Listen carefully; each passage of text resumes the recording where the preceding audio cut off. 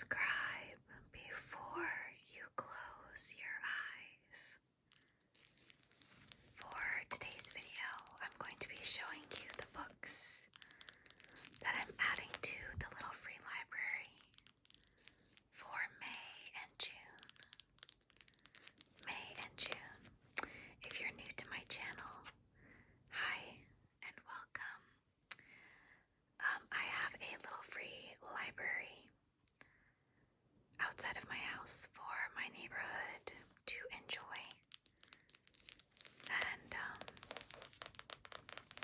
about every 2 months I swap out the books, so this is what's going in.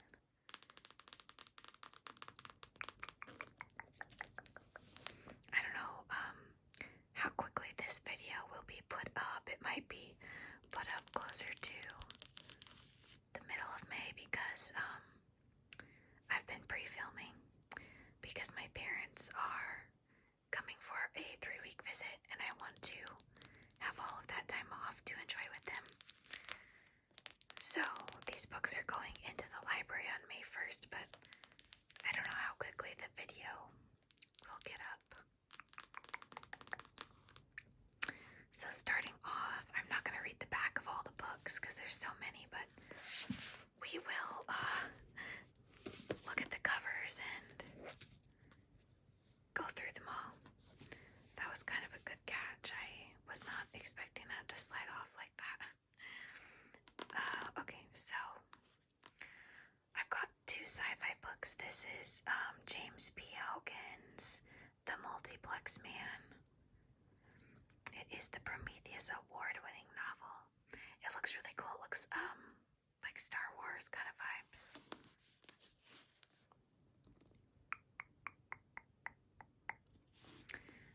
And then this one is called The Black Ship by Christopher Rowley. The Black Ship. I like the style of this text.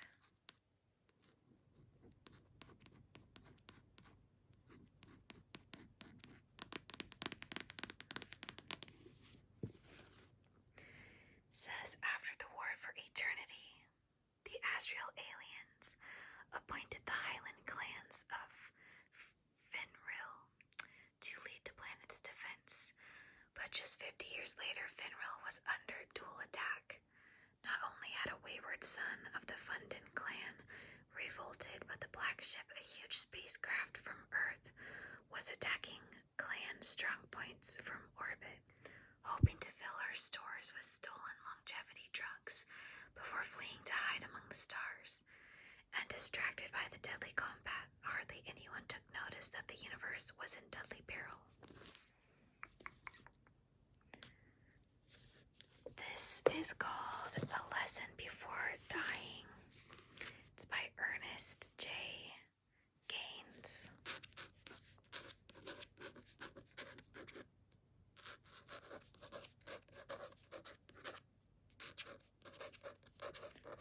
I have read this book. It's very sad, but it's a good book.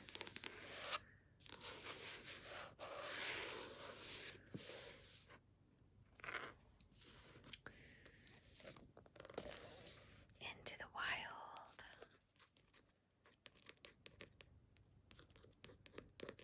by John Krakauer.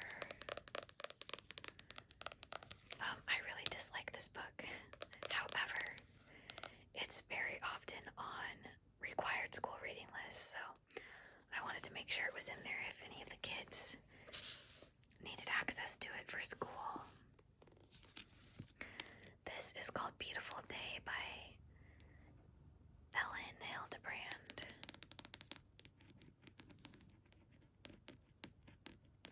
Beautiful Day.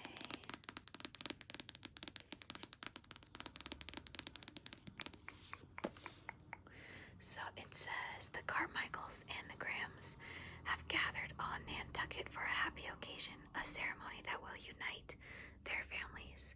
Plans are being made according to the specific wishes of the bride's late mother. Everything should be falling into place, but in reality things are falling apart. While the nearly newlyweds are quite happy, the lives of their loved ones are crumbling. In the days leading up to the wedding, love will be questioned, scandals will arise, and hearts will be broken and healed. Ellen Hildebrand takes readers on a touching journey in Beautiful Day into the heart of marriage, what it means to be faithful, and how we choose to honor our commitments. This one is called Summer by the Sea by Jenny Hale.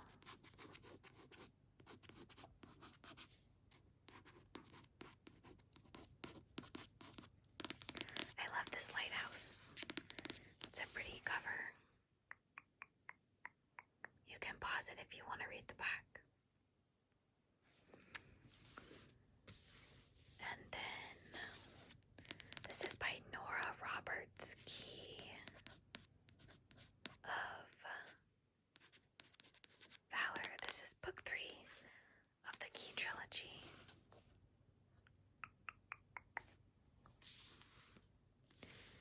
And this one is by Catherine Coulter, Moonspun Magic.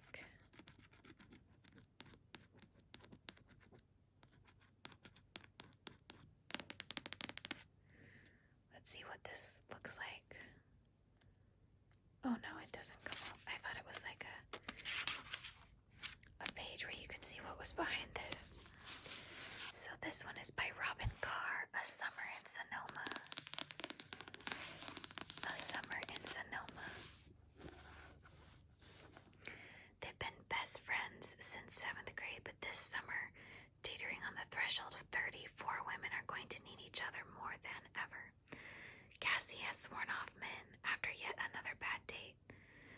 Though deep down she's still looking for Mr. Right, a long-haired, tattooed biker is definitely not him. So there's no harm in a few Harley rides through Sonoma, right? Julie married her high school sweetheart too young and now wonders how her life became all about leaky faucets and checkbook balances. Maybe love isn't enough to sustain the perfect couple. Marty's firefighter husband takes her for granted, and with her marriage on the rocks, an old flame begins to look mighty tempting, and she's seriously thinking of crossing that line. Beth is a busy doctor trapped in a body that's betrayed her yet again, and she's becoming a difficult patient and a secretive friend. She's fighting for her life. Life can change in an instant or a summer. As these 4 friends deal with life's challenges, the strength of their bond will see them through. So I have a couple of books on tape. This is The Last Car to Elysian Fields by James Lee Burke, and The Cove by Catherine Coulter.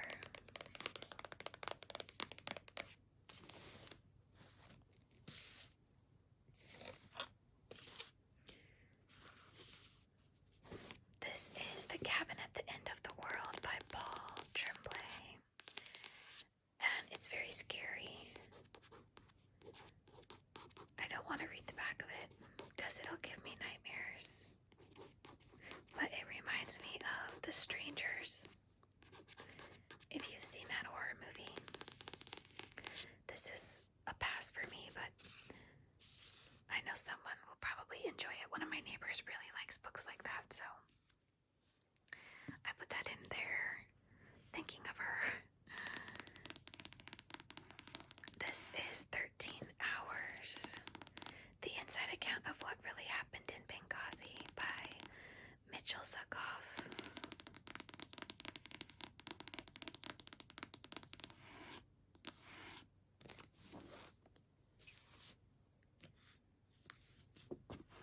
And this one is Black Hawk Down by Mark Bowden.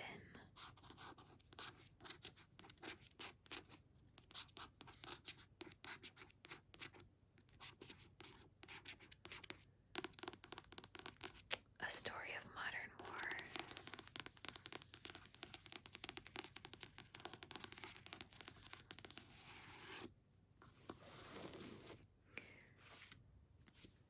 This one is called The Quickie by James Patterson and Michael Ledwidge.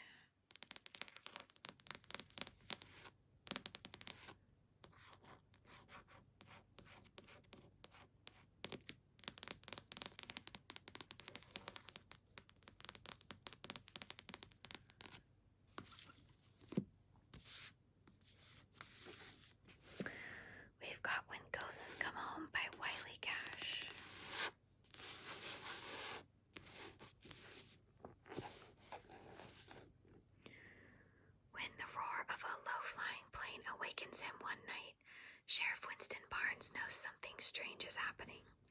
At the nearby airfield on the coast of North Carolina, he discovers an airplane has crash-landed, though there are no signs of a pilot or cargo. After the body of a local man is discovered near the crash site, Winston begins a murder investigation that will change the course of his life and the fate of his community. Everyone is a suspect, and as accusations fly, long-simmering racial tensions explode. Winston, who is up for re-election against a well-connected challenger, must do his duty while facing the painful repercussions of an old decision and confronting his grieving daughter. In this tense and tender novel that perfectly captures the complexity of a small southern town, masterful storyteller Wiley Cash delves deep into the hearts of achingly sympathetic characters to reveal the nobility of a beleaguered man caught in extraordinary circumstances. This is The Inmate by Frida McFadden. This is another one for that neighbor that likes the scary stories.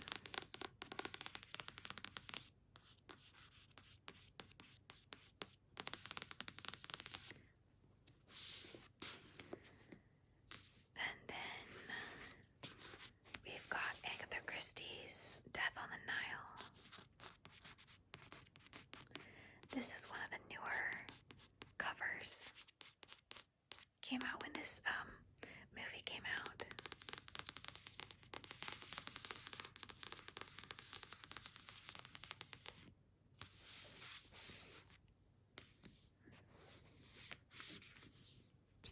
This one is called The Secret of Elizabeth by Vera Gaspari. We seldom speak of her nowadays. Kate and Alan Royce are driving home from a party when they see a girl in a beautiful but filthy dress in the road. She can't remember who she is or how she got there, so they name her Elizabeth and take her home while the police try to establish her identity. When a couple claim her as their daughter, and then a psychiatrist arrives to say that she has escaped from his clinic, the mystery deepens. What does seem certain is that she is the child of wealthy parents, but Elizabeth holds a secret that will shatter all their lives forever.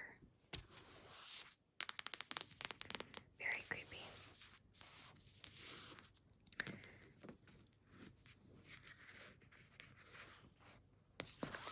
This one is called Uncivil Seasons by Michael Malone.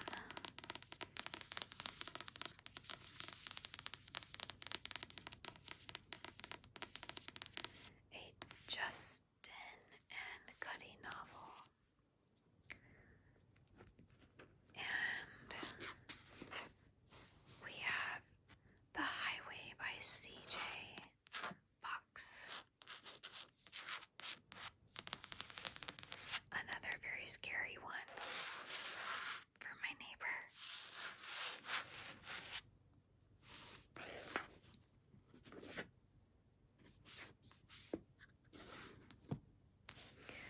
Okay, so then we've got this stack here. This is the last stack of adult books. So we have The Protector by Donna Grant.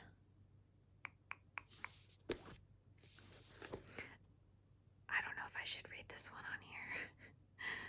Maybe we won't read that one. You could pause it and read it if you wanted to. This is a cowboy story, Rage of the Mountain Man by William W. Johnston. Smoke Jensen is the most powerful man on the Sugarloaf frontier, and he's all that stands between a greedy group of eastern slickers and their schemes for a criminal empire in the Rockies. When Smoke heads back to Boston with his wife, it gives his enemies the opening they'd been waiting for to kill the Mountain Man and take over the West. But even on the unfamiliar turf of back alleys and teeming docks, Smoke is more than most men can handle until his wife is kidnapped. Now Smoke is in a fury, and in this fight all the way from Boston back to Dodge City and up to Yellowstone, where a brutal showdown with a gang blazing hail of bullets and blood, the legend of the big man is about to grow even bigger.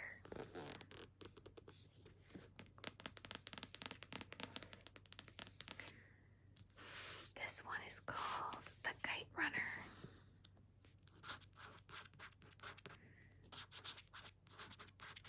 The Kiterunner by Khalid Hosseini. This powerful first novel tells a story of fierce cruelty and fierce yet redeeming love.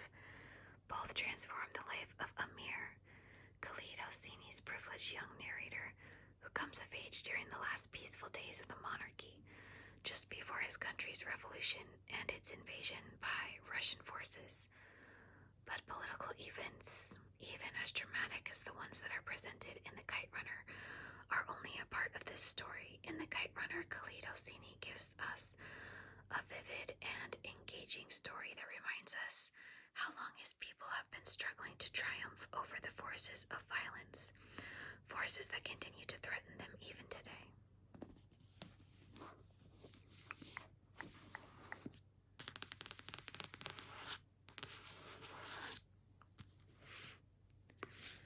This is The Soviet Sisters.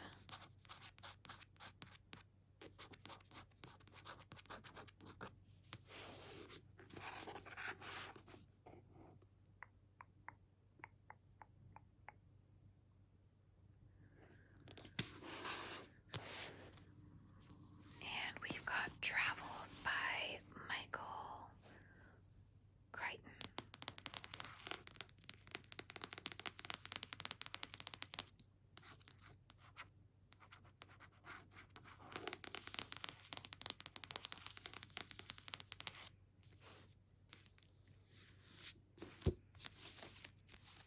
This is another John Krakauer book, Under the Banner of Heaven, a story of violent faith. On July 24th, 1984, a woman and her infant daughter were murdered by two brothers who believed they were ordered to kill by God. The roots of their crime lie deep in the history of an American religion practiced by millions. You can keep reading the back if you want. You can pause the video.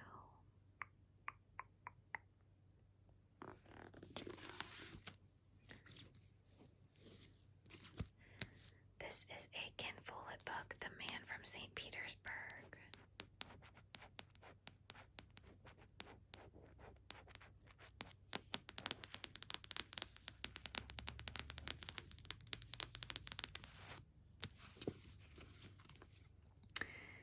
His name was Felix. He came to London to commit a murder that would change history. He had many weapons at his command, but the most dangerous were the love of a beautiful young woman longing for the end of innocence, and the passion of a high-born lady demanding satisfaction at any price. Against him were ranged the whole of the English police, a brilliant and powerful lord, and the young Winston Churchill himself. These odds would have stopped any man in the world except the man from St. Petersburg.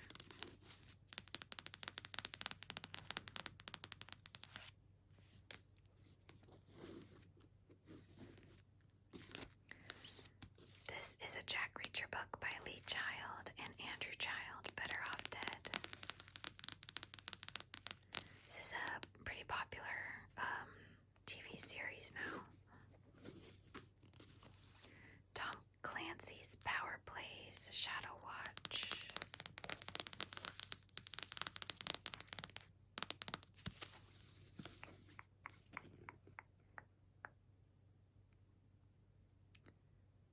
I'll let you read that if you want.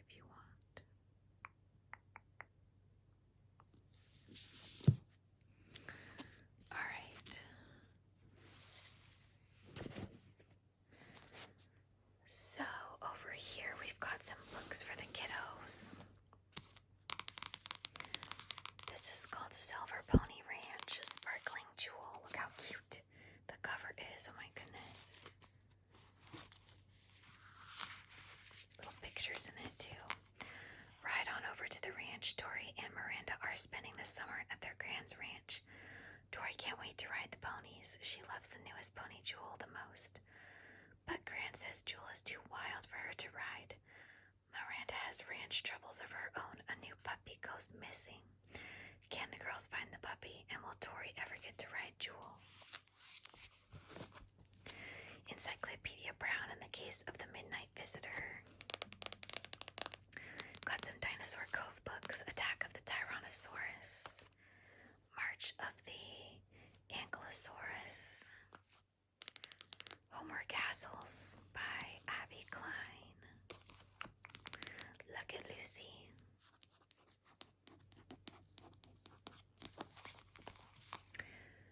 Bobby is very proud of his beagle puppy Lucy. She's a terrific friend and a great dog. So when a local store has a pet contest, he happily enters Lucy in it. He knows she is the best pet in town. When Bobby finds out that the pet that wins the contest may be featured in a TV commercial with its owner, Bobby is shy. But can he face the spotlight for Lucy? Junie B. Jones and the Stupid Smelly Bus. Junie B. Jones and her big fat mouth. And the Magic School Bus. Skeletons.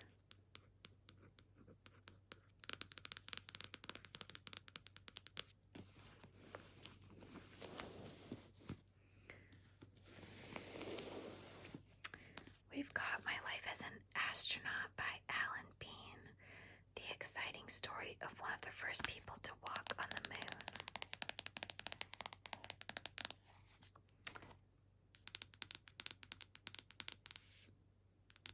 Anna Kaona, Golden Flower, Haiti, 1490.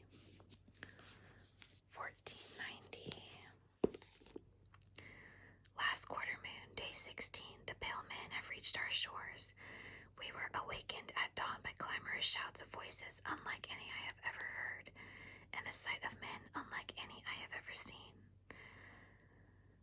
As Kauno, Abo, and I emerged from our house, they immediately surrounded the plaza to point hollow-looking metal sticks at us. From these sticks they fired bursts of lightning into the air, which startled and frightened our people, forcing many to flee, his eyes darting between the pale men's lightning and our men running. Count Naaba ordered our fighters to stand still. This did no good, for as our men kept fleeing, the pale men went on aiming their lightning rods at the clouds. It was as if we were at war with the gods. Shooting the Moon, Francis O'Rourke Dowell. Silent Thunder, a Civil War story. The Life of General Stonewall Jackson.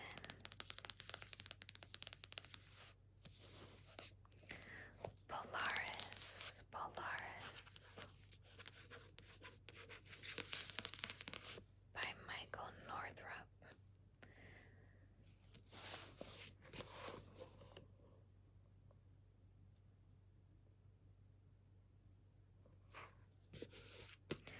P.K. Pinkerton and the Pistol-Packing Widows by Carolyn Lawrence.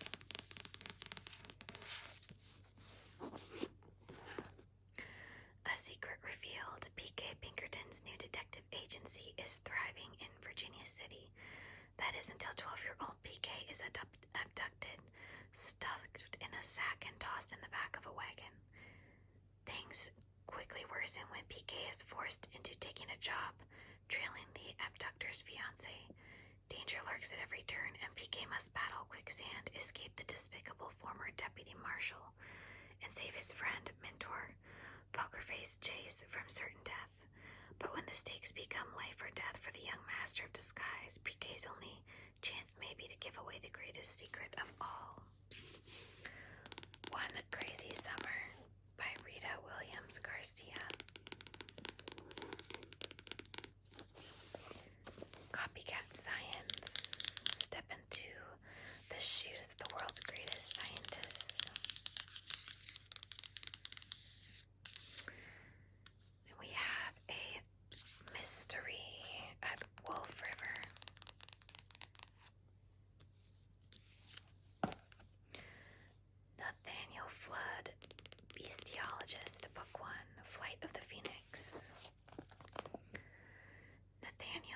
God's life has taken a turn for the worst. With his parents declared lost at sea, the 10-year-old lands on the doorstep of a distant relation. Aunt Phil is the world's last remaining bestiologist, and Nate learns he is expected to carry on in the family business. Before he can unpack his suitcase, Aunt Phil whisks him off on his first expedition to the sands of Arabia, where the world's only phoenix prepares to lay its new egg. When disaster strikes, Nate quickly finds himself all alone. Will he be able to see the phoenix safely hatched, keep Griselle, his accidental pet gremlin, out of trouble, and rescue Aunt Phil from the Bedouin? If he fails, nothing will stand between the world's mythical creatures and extinction. Too bad Nate's not the sort of boy who enjoys adventure. Yet. We have an Artemis Fowl book. The Eternity Code. A couple, whatever after books. This one is Sink or Swim. This one is Fairest of All. Fairest of All. We have The Grim Legacy by Polly Shulman. You can pause and read the back if you want. And The Forbidden Library. This one sounds so good.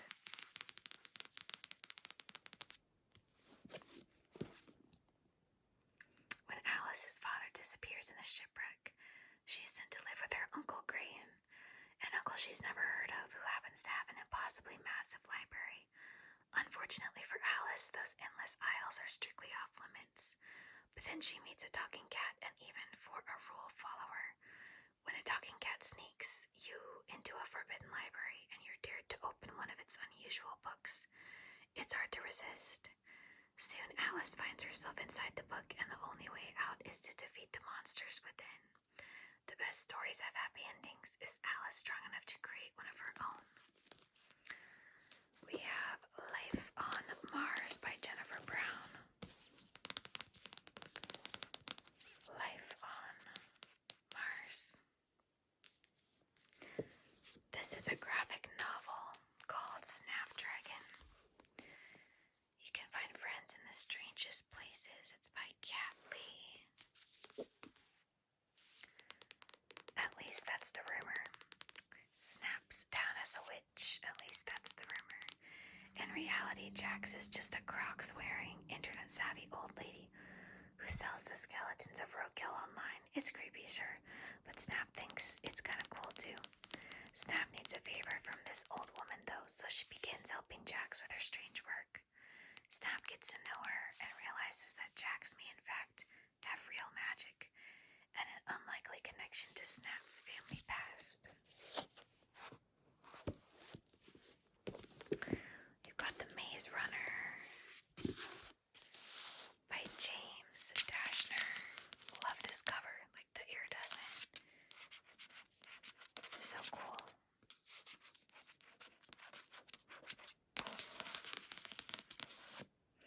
And then these two come from the same series. The Angel of Death, a forensic mystery by Elaine Ferguson, and The Dying Breath.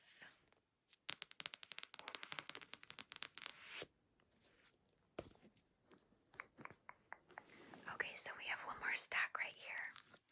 We've got Charlie and the Chocolate Factory. Loved this book as a kid. We've got My Friend Flicka by Mary O'Hara.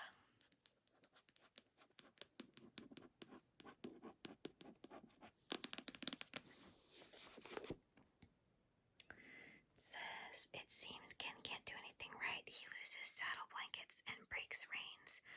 But then comes the worst news yet. A report card's so bad that he has to repeat a grade. How can you tame the dreamy mind of a boy who stares out the window instead of taking an exam? Enter Flicka, the chestnut filly with a wild spirit. Over the course of one magical summer, both will learn the meaning of responsibility, courage, and ultimately friendship. Got National Velvet. National Velvet.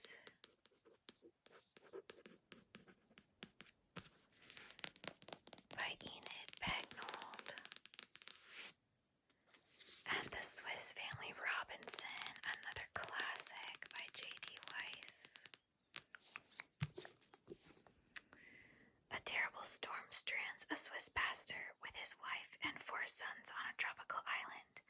Luckily, the Robinsons are optimistic and inventive, and with what they salvage from the wrecked ship and the island's abundant fruits, plants, and animals, they soon adapt, each day discovering new dangers, skills, and delights in their strange new life. Got a book from Trolls. Black Beauty, Black Beauty, Black Beauty. Spirit Horse, Spirit Horse.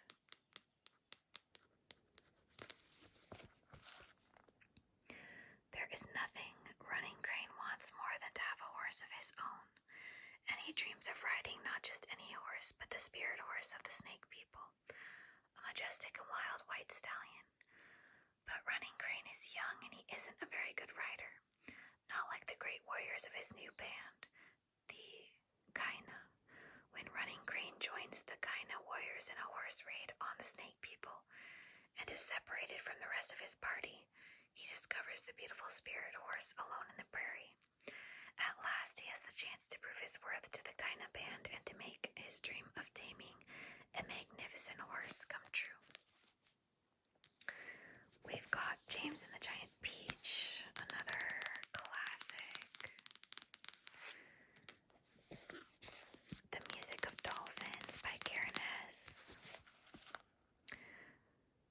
Mila becomes famous around the world when she is rescued from an unpopulated island off the coast of Florida. Years ago, Mila went missing from a boat crash and she has been raised by dolphins from the age of 4. Researchers teach Mila language and music, but she also learns about roles and expectations, about locked doors and broken promises, disappointment and betrayal. The more Mila finds out about what it means to be human, the more she longs for her home in the ocean. We've got The Paper Boy by Vince Vaughter.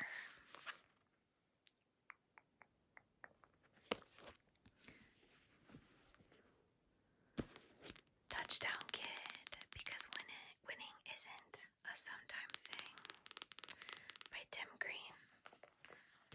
And last but not least, we have Risby by Beverly Cleary. Lost at a shopping center, mongrel dog, black, white, brown, answers to Risby, shakes hands with left paw, no collar. AT 74139 reward. That's the advertisement Henry Huggins has been running in the newspaper for 3 weeks, but so far it hasn't brought Henry's dog Risby back home. And despite his father's kind offer, Henry doesn't want to get another dog. He wants only Risby, the friendliest and most companionable dog in the whole world. Risby wants to come home too. People have been nice to him and he's having lots of adventures. From a violet-scented bubble bath to being a mascot of a second-grade class. But poor Risby is tired of being lost. While one of his escapades lead him back to the family he misses so much. Alright guys, well that was all the books I'm going to be putting into the little free library this time. I hope that you enjoyed this video. If you did like this video, don't forget to leave a like. And please do subscribe to the channel. I'd love to hear from you in the comment section.